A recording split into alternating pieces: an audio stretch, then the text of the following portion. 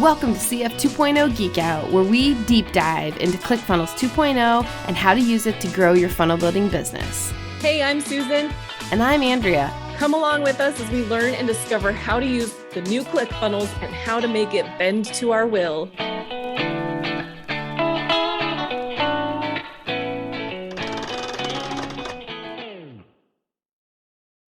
Guys, welcome, everybody. Welcome. Okay, sorry we're like 15 minutes late also. We're trying to figure out the best way to do tech going live in the group that works for all the things we're wanting to do, and we're just still trying to figure that out. And then we had some technical issues. And it's so perfectly, like, I don't believe in coincidences. It's like perfect timing for the stuff I want to talk to you about today. Awesome. So it's I love it. I love it. Yeah. Okay. Yeah. Well, okay. And then also, you guys, if you are live down in the comments, please let us know that you're here. I'm going to be watching from my phone, and we'll try to get to everybody if you had questions about what we're talking about today. But really, Andrea and I are just going to kind of just talk and have a conversation, and you guys get to just geek out with us today. So, yeah, let us know if you have anything you want us to talk about specifically. If we can't get to it today, we can do it next week. So that'll be perfect. Okay, Andrea, so tell me what you're wanting to geek out on today. Well, first of all, I'm just going to say welcome to Andrea's bedroom, because I don't know who I've told and who I haven't, but my back went out over the weekend. So this is the only place that I can actually sit and be okay. So forgive the bedroom ensemble, but this is as best as it gets today. We're just embracing it. So. Okay. Well, I'm sorry that happened, but at least you get to be in comfort and you have a good reason to stay in bed. Actually true, and I think I've actually been more productive. But that's awesome. Yeah. Okay, so what are we talking about today? Okay, so I'm so curious. All right, so so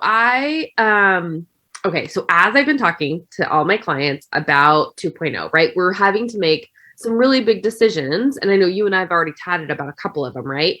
Of what is the best option? Go 1.0 or go 2.0? And I have a 50-50 split, amongst my clients. Yeah. But I have to tell you, with the latest, I shot a video in the group, right, where I was talking about it, and I'm like, ooh, I'm not liking what I'm seeing right now. Like, I love the multi-membership option, right? And I love the progress tracking, because you and I both know how much coding was involved just to make 1.0 do that. Yeah. But at the same time, I feel like, you and I have talked a lot about wayfinding, right? And I feel like there's maybe not as much of attention given to wayfinding techniques when you offer that degree of levels. You know what I mean? And so, okay. Yeah. Let's back up a little bit, because you and I know what progress tracking are and what wayfinding is, but let's let everyone else know kind of what we're talking about a little bit.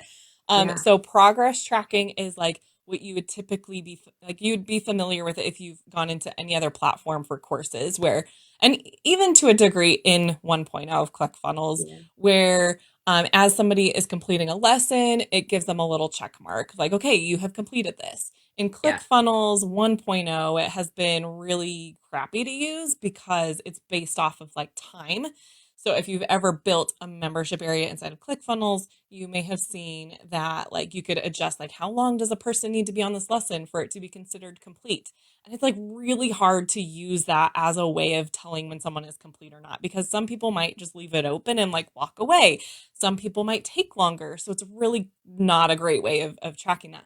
So what we've been doing in our memberships lately in 1.0, because we didn't like that, is coding it so that it doesn't mark things as complete until they've actually inputted that they have completed the lesson. And wayfinding, Andrea, will you explain a little bit, because you explain it so well. What is wayfinding?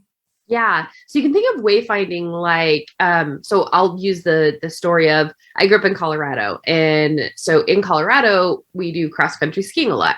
And when you go back in and you maybe have a map and a trail guide, right, and where the trailhead is, you can go in. So that's all good. These are all tools to help me find my path and the cross-country track I'm going to go on. But everybody knows that when it snows in Colorado, it gets really deep. And so sometimes like the trails get lost, especially if they like break snow where it's not clear where other people have gone. It's really easy to get lost in the forest, right? Or in the mountains where you're at.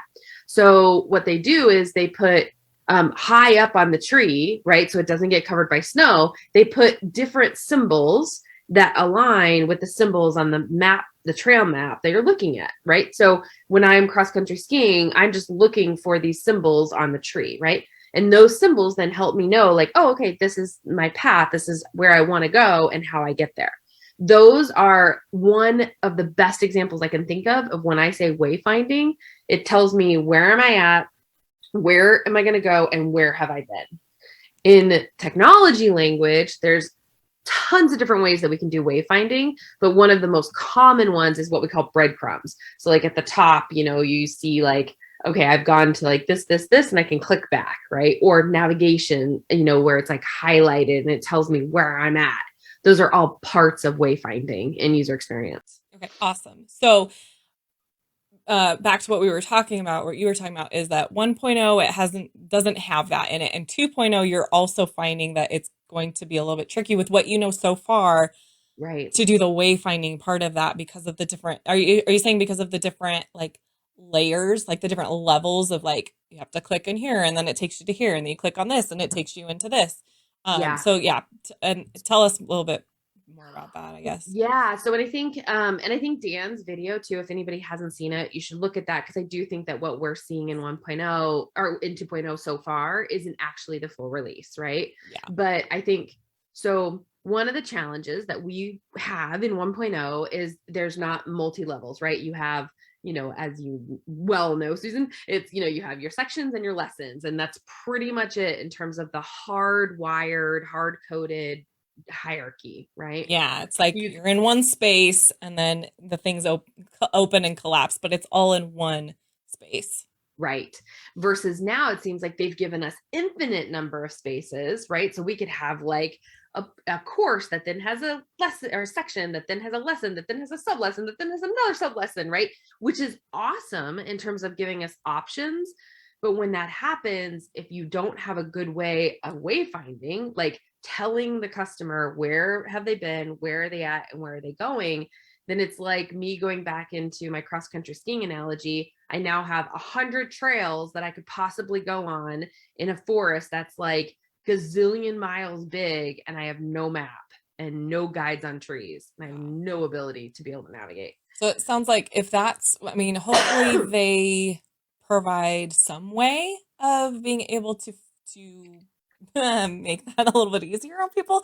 But it sounds like if it is how it is what we're seeing now, then it's going to be even more important for people to be very intentional about how they are putting things together inside of membership areas and linking things together and providing like extra guidance on even like with text, with arrows, with whatever, with extra links of like, if you need to go over to this totally other path from here, how are you going to get there? And how do you find your way back to this where you're at now when you need to come back here? So it sounds like there's just going to be needing to be extra attention put into there because it's going to be a little bit less intuitive.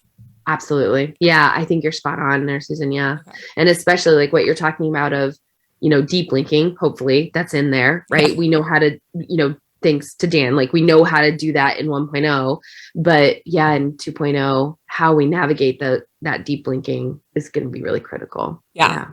And for you guys that don't know what deep linking is, if you've ever like been inside of a membership area and you're like, man, I wish I could just link to this other lesson. But you can't because the lesson it doesn't have like its own URL. You can't just link over to it like another page. Andrea, tell me if I'm wrong. Are the lessons inside of the membership areas now, are they considered pages now? Or are they still like kind of like they don't have their own URL? This is a good question. And I actually want to go back and rewatch the one that Dan posted because he talked about that where he was exploring what's changing in the URL. Yeah. My understanding is that I do think that it is almost like a whole separate page. Like each one is its own page instance, which again, the pro of that is it makes everything way more modular, right? So like we can, plug and play things in different ways. But the downside is that, that like rich schema of, traversing that schema can be much more difficult. Yeah. Which I'm getting a little, I mean, it's not going to be great if it's not like just intuitively going to work well for people in that way, which I mean, we know that we aren't seeing everything that they're putting out yet. They're definitely still adding things. Yeah. But and Dan also did say that there is separate pages for each lesson. Okay. So yeah, and that makes sense because when Russell said in the reveal video that you'll be able to edit your lessons like their pages. Yeah. So that makes a lot of sense. And I am totally ignoring the chat. Okay, thanks, Dan. We got Hope and Dan. And, I was waiting for it to pop up and it wasn't. So now I'm on here. Now I'm watching you guys. Okay. Okay, so that's really cool that it's pages, but it's just going to make it a little bit trickier to keep people knowing where they need to be. And so I know from what you've showed me, Andrea, where you were like clicking into, do you want to share your screen now, or are you ready for that or not? Yeah. Or you can get ready while I'm talking. Yeah. I was just going to say, like, I know that when you showed us where you're clicking into one of the courses from like where we've got the thumbnails of all the different courses, and you're clicking in and then it shows you all the lessons or sections, maybe. I don't know if they were even lessons at that point, but it does seem like you're clicking through many pages before you actually get to the lesson. And that's what we're talking about here is it's just going to be a little bit trickier to like make sure people are following the right path. Of where you want to go. Yeah. If you want to enable my screen share. Oh, yes. Yeah. Go for it. Yeah. And it's so funny because I'm in TCCX and I'm trying to take the lessons right now. And I myself am finding like, what have I done and where have I gone? And I don't know where everything's at. Right. And again, in total fairness to ClickFunnels, like, I don't think this is the final release, but so, this is like my main landing page. Hang on a second. I'm totally screwing up Zoom over here. I don't know why we're separate now from like last time it was all nice. And here we go. Okay, we're good now. Okay, cool. So here I'm at, my main landing page. So this would be equivalent to, I know, Susan, you have clients like this too, that we have, let's say that I've done 4 memberships for them. And I want them to come into one place where it has, each membership is associated with a product or an offer, right? So what you're seeing here would be the equivalent of these are all of my offers, right? Which could equate to a membership area. So that's, in the 2CX program. Now, if I had to go into, I think what I was showing in my video before is each one of these, there's different underneath, but like if I go to welcome to 2CCX, I go in and again, it's, there's nothing, right, that tells me like, how do I get back? Like where, and so like I try to click on this and there's nothing. When I click on home, it does get me back, but then there's this other weird thing that happens, and that for all of us who are in the beta program, if you go to the main page and you go to the 2.0 courses, which is AKA FunnelFlix Vault, that's like a whole separate area of material that at one point I did have access to through the 2CCX program. I think will eventually be the study vault. But again, it's not like even just simple things, right? Like right now, this is a super tiny user experience thing, but like there's nothing that's highlighted on the navigation elements that tells me where am I, that's again just one little element of wayfinding. Gotcha. Yeah. See it by the title. So you're like, okay, other than it saying the study vault, you don't know that like, oh, I've clicked on the study vault and now I'm there. Like it's not, the menu doesn't look any different, which is not a big deal because there is the study vault right there at the top. And that's typically what we're used to for ClickFunnels navigation. But it's just, it's an added thing to help people know where am I right now? Like right now, I don't know, like this page, am I on, did you click on the coaching or did you click on home? I'm at home. Okay. So that's an example of like, I don't know where you just clicked to get to this page. Right. Exactly. Yeah. And then you guys, we're not picking apart 2.0 just to pick it apart and like find all of the faults in it.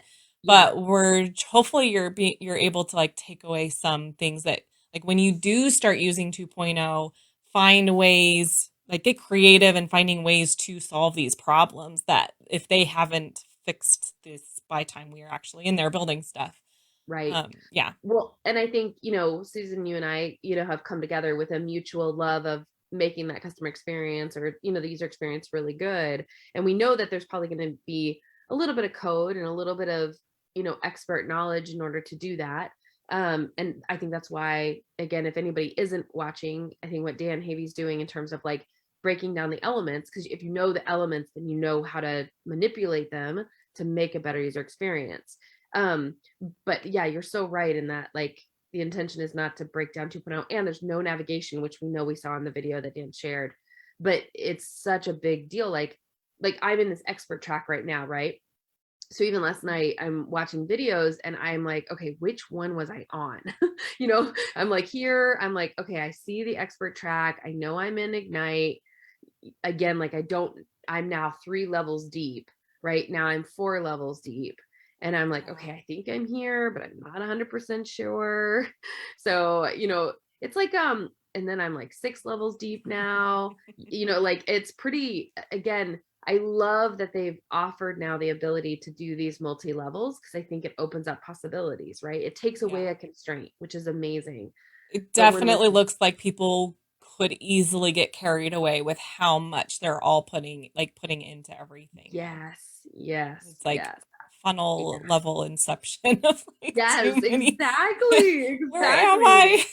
Now I'm like 7 layers deep, right? So like good luck. Like if I were to say like, okay, if I were to go leave this, come back tomorrow and be like, okay, which module am I at? So I'm actually I started a Google spreadsheet with the URL of every single one of them so that I can like keep track of myself, because it's just crazy making of like, I don't know where I'm at or where I'm supposed to be. And then and then I go into like 8 levels deep. So I wonder though if this can be changed. Maybe this is just the way they chose to put theirs together.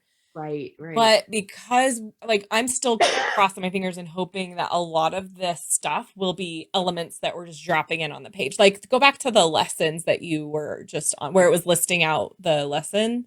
Okay, good luck. Let me see if I can yeah. I think it's this one. Maybe. Like I'm hoping like, okay, this that we just saw, or even this here, like how it's got like, I'm guessing these are equivalent. Those that we were just seeing were at the 4 across the page were equivalent to like lesson sections. I think what I'm assuming here. And then these are the lessons. So those are like the lesson sections. Well, here, let's go back to the home and let's drill into that again, because I think like the whole concept of the 2 dimensions is gone, right? So like, there's like, like expert multiple, track is the offer, like offer level, I guess we could say. And then under expert there's 4 tracks, right? Do in terms of progression. So then once I'm on a track, which if we use the path to mastery concept, or you know what I mean? Yeah. Now I'm on the Ignite path, 1, right? 2. Yeah. So it seems like because of the way that 2CCX is even built and created, like the program itself, because they have multiple tracks, they have.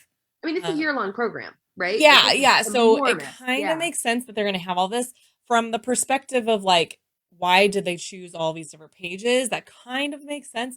So it kind of is giving me great hope, because it's not like we're going, like if we just go in and put one course in there, it's not going to be this. It's not going to be the same. People are going to have fewer clicks to get to the material because you don't have so many different options for them to be taking like this program does.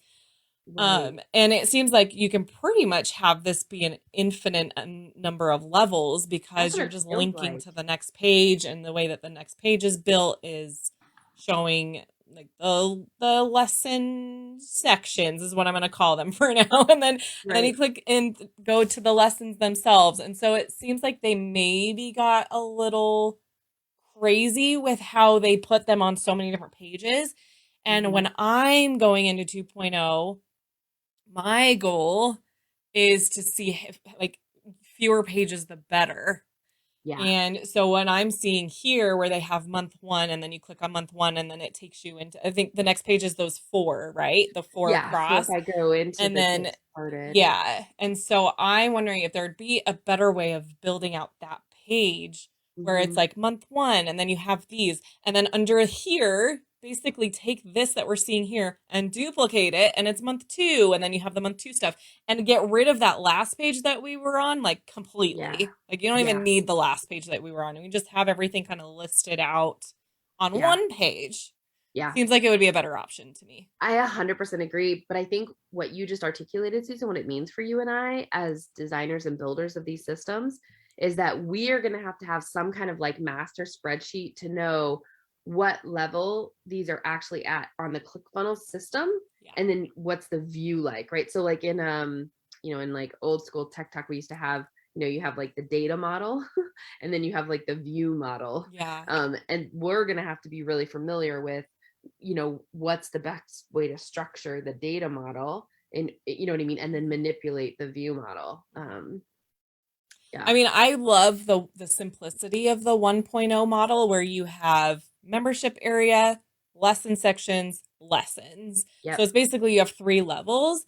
And so me going into 2.0, I'm going to try to maintain that the best that I can. Other than like you're going to be able to have I love that we can have all of like the membership areas, all the courses or offers all displayed on one page. So it kind of gives us another level there. But as Yep. far as like once I've entered into one of those offers, keeping it as simple and as few pages as possible seems like it's going to be a better user experience. Absolutely. Yeah. And I think, if knowing what we know about just, the tech that we're seeing, I think, I'll be totally honest. Sometimes one of the most annoying things I hear from customers is like, just make it simple. Just make it simple. Right.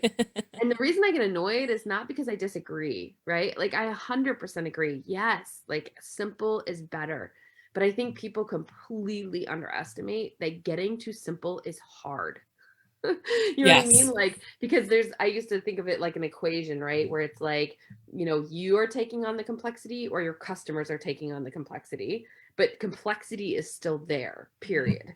Like, it is not simple, right? Like, Right. that doesn't happen. And so I think what you articulated so brilliantly is like, we choose to take on the complexity, you know what I mean, of understanding the architecture and the design aspects with the goal of making it simple for the customer. Yeah. Yeah.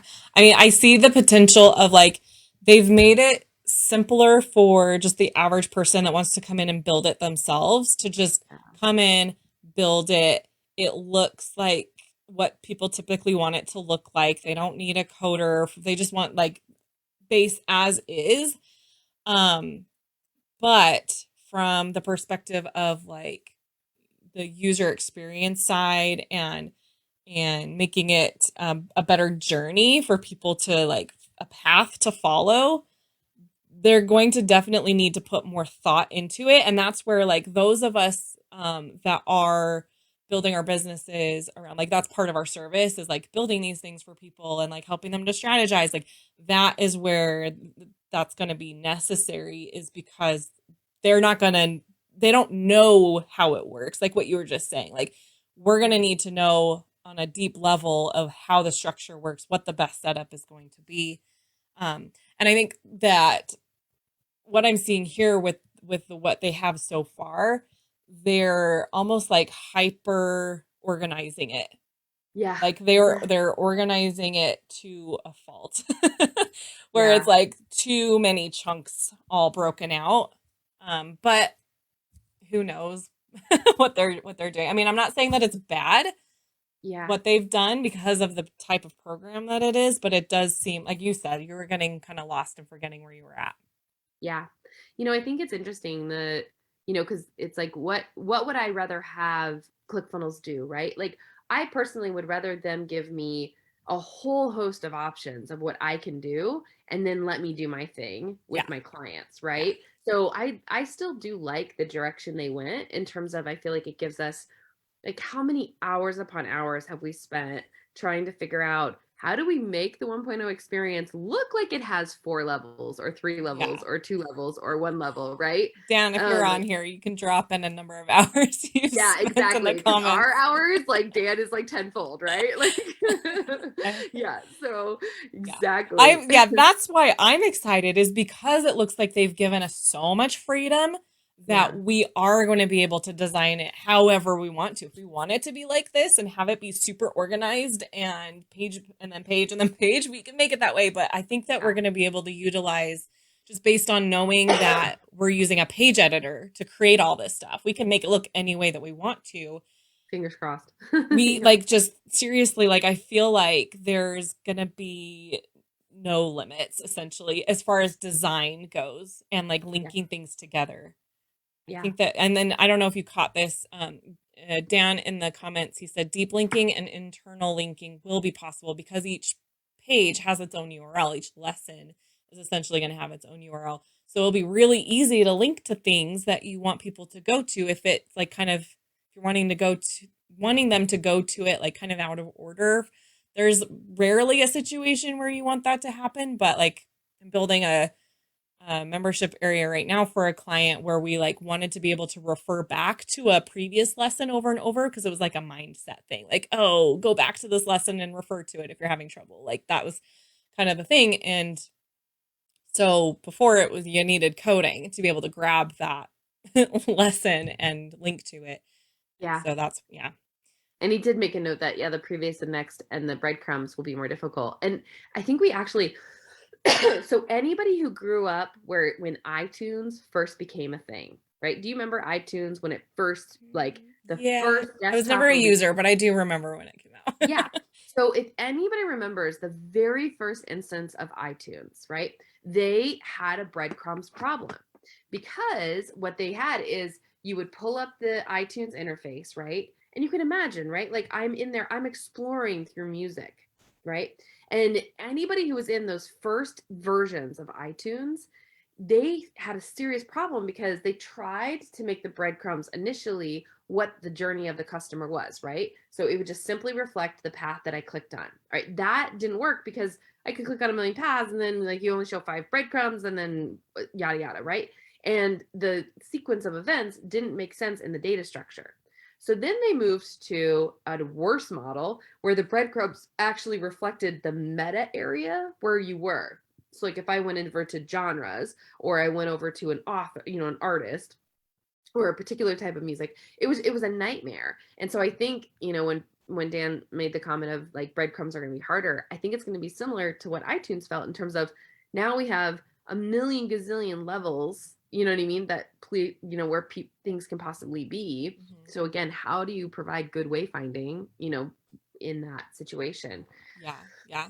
I'm brewing ideas in my head right now. So I love it. I just need to get in there and start doing things. I need access. I know. Well, and just if anybody wants to get super geeky on this wayfinding thing, there's the king of content navigation. His name is Peter Morville, Morville, and he talks a lot about it, and some good ideas in there that I'm with you, Susan. It's like, all right, how can we, what can we create? And just to put a plug is like, if you're really good at that, because it's a platform, I think, you know what I mean? You could make a wayfinding app that you plug and play into your experience potentially, which is, super exciting. Yeah. So there's definitely, there's going to be pros and cons with anything that they were going to do. It's never going to be a perfect platform or system or software. And I'm sure that, like you were saying with iTunes, like things get developed further along. It's not like this is going to be all that they give us and then never touch it again. Like if they're going the direction that we are pretty sure they're going, and this is huge in the potential of what's going to happen for their company, they're going to want to continue to support it and obviously support it, but like making improvements. Whereas like, I think those of us in the ClickFunnels community, we kind of got into like just the expectation that like it is what it is. This is what we have to work with. Just figure out how to work with it, because they weren't really ever making improvements to it. Now we know why. Over the last year and a half, we know why they haven't been making improvements to it. But even before that, it was like why can't they just make this the way that we're asking them to make it? And I'm hoping, I'm assuming that they will focus more of that effort on 2.0 with taking people's suggestions. If enough people are requesting something, maybe they'll find a way to make it happen. Like that's what I'm hoping for. So Yeah. There's so in the tech world, there's so if you're familiar with a concept like Stack Overflow, a lot of more progressive development shops now are actually making their roadmap and their wish list open and available to their user population. And then the user population can actually vote on features. And so instead of the company trying to do what's called genius design, right? They try to be a genius about it and pick. right. They're actually opening it up to more kind of customer centric options where the user community gets to vote on features. I so hope that that is coming with 2.0. I mean, you would hope so. I mean, one of the one of the speakers was at Kaylin Poulin at Funnel Hacking Live was like, ask your people before you go and build anything. Like just ask them what they're or just listen to what they're already asking for, and then go and do that, and then they're gonna make a lot of money.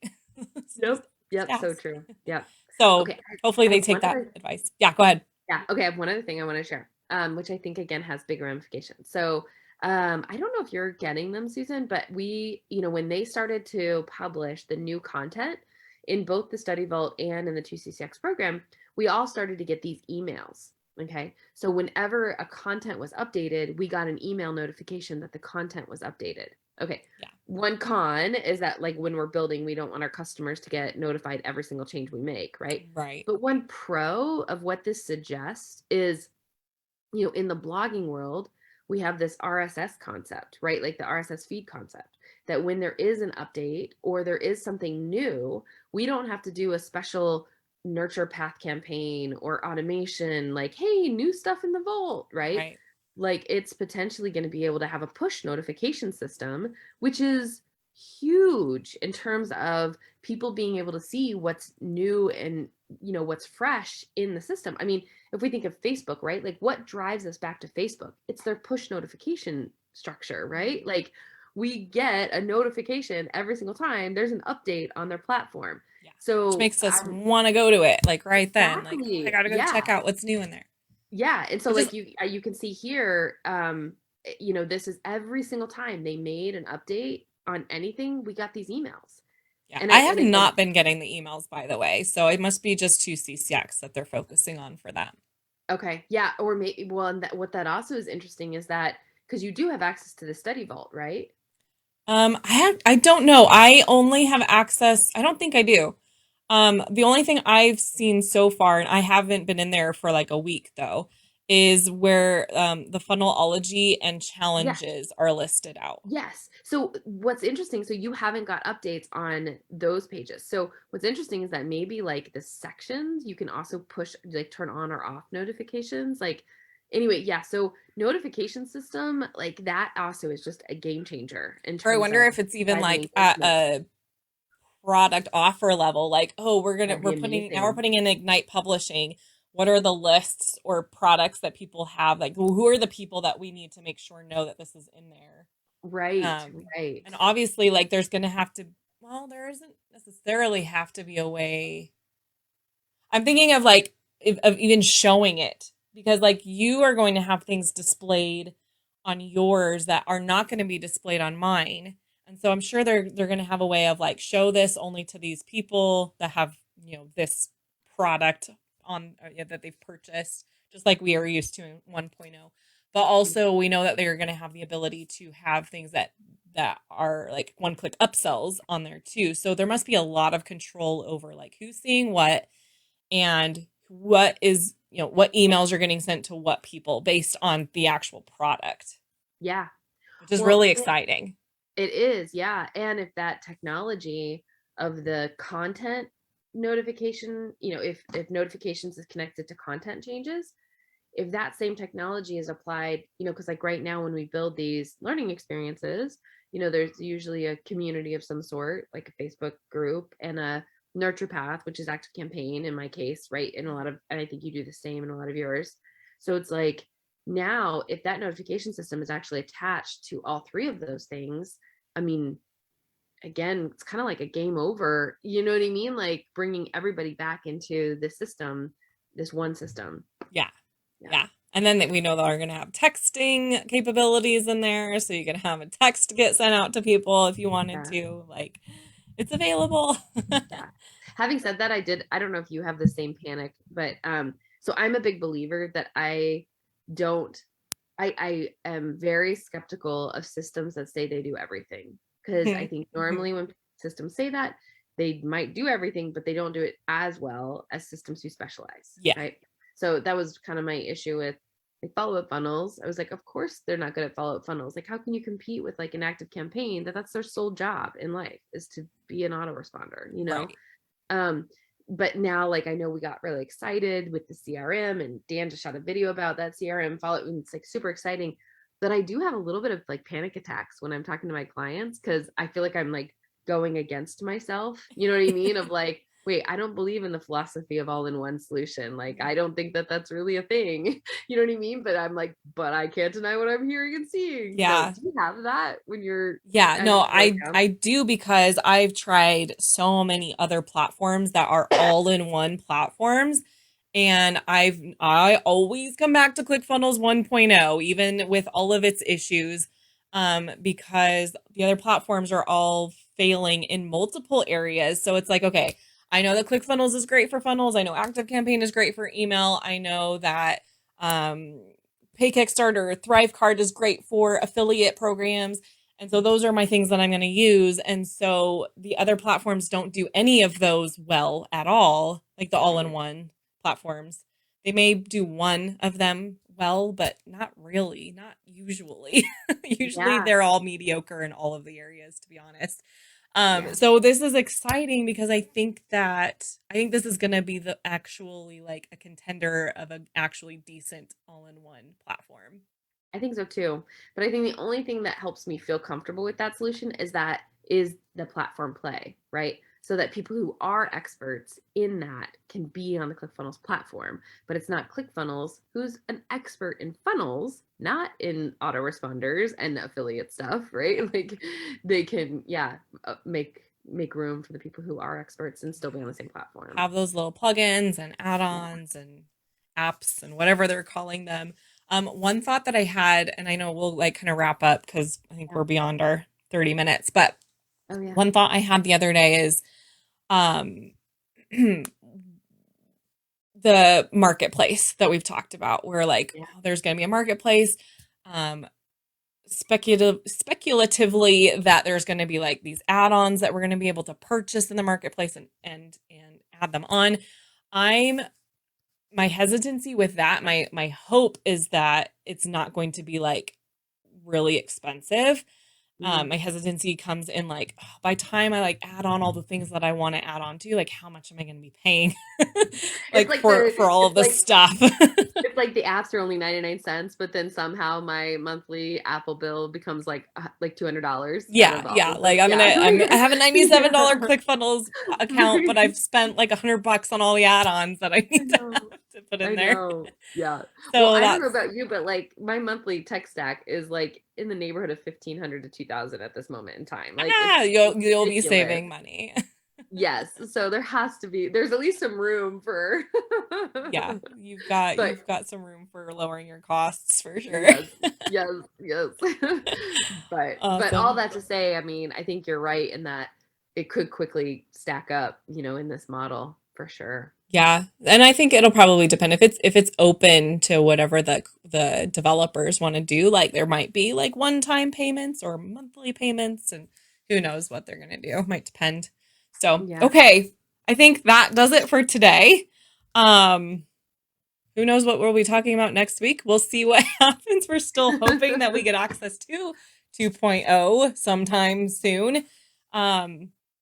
And I'm excited. Like once we do, I'd love to just like show what we have. Like once we are able to log in to the editor, then you guys will come and do one of our lives. We'll just show you what we have going on in the editor and what we're discovering. Like we'll start talking about that stuff. But if there's anything specific that you want us to talk about, please let us know in the comments.